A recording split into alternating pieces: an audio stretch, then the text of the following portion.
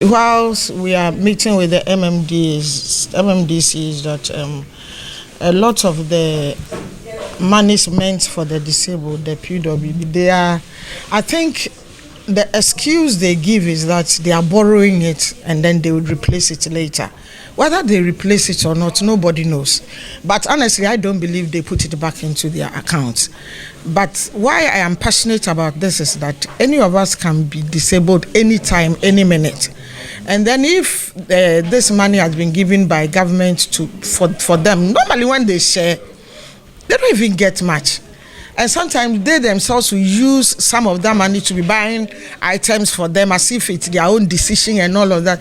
So the way they are being treated, whether it makes sense or not, we don't know. But here we are, we've picked from the report that most of their monies are being spent by the assembly. Then they, when you ask them from the report, then they tell you that they took the money and that they have either replaced it or they will replace it. Or the excuses and the reasons, for me, honestly, doesn't make sense.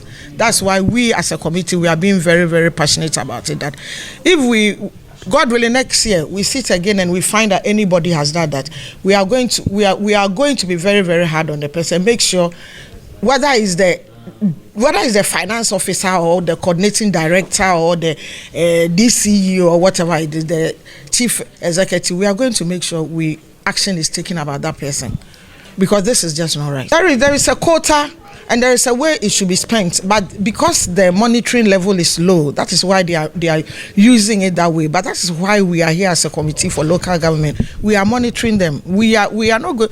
You see, we have identified some places with a lot of these issues. We've reached so far. God willing, we are ending tomorrow. We have more than 27 districts that we have to visit because there are problems there.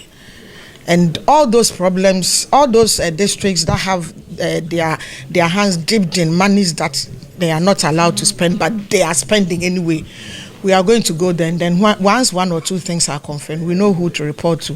We have to make a report to the Speaker of Parliament. We have to make a report to the Minister for Local Government. We also have to share a report with Chief of Staff, so they would all know about what is happening in there. It's different now. It's because of the decentralization level that has been deepened. Now a lot of money is going to the assemblies. I told you the other time, there is money going to the DCs more than MPs. So I don't even know why some DCs are behaving a certain way because they want to contest to be MPs, because you are receiving a lot of money.